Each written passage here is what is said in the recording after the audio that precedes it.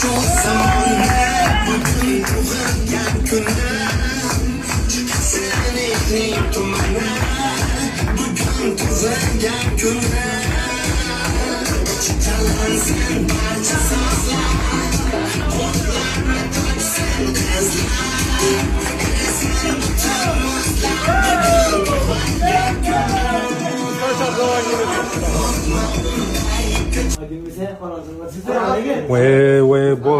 Bol garang. Ustolar shoh tabriklaymiz. 100 yoshlarga kirgan iloyim. Martabasi ulug' bo'lsin. Ustalarning ichida nomradin bo'lib yurgan iloyim. Hamisha. İlayim. Şu gaplar için kapot hissediyorum. Xohlasa. İçing.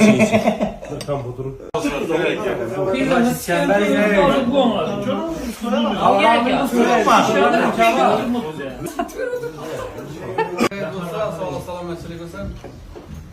Ukамizning yaxshi kuni, bu ukamizning yo'lon kuni inshaalloh Iloyim yuzaga uka. Rahmat bilan yuzlash, xudo xolasa, turmush o'rtog'idan ko'rsatadi. Ota-onam baxtiman, salomatlik.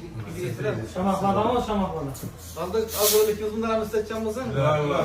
Bir cevap yapırdın, bir cevap yapırdın. Yok yapırdın. Tebrik yüke, köp yaşlara ki. Çok dinlemeden aklınıza baktan bulsa. Yok, şey dedi ya.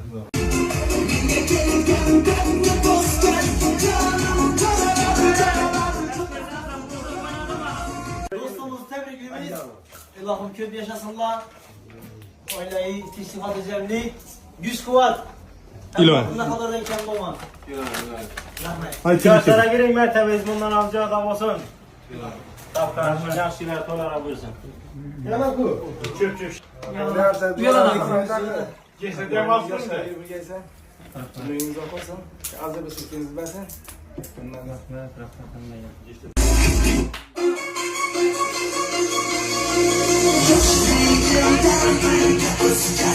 Sizler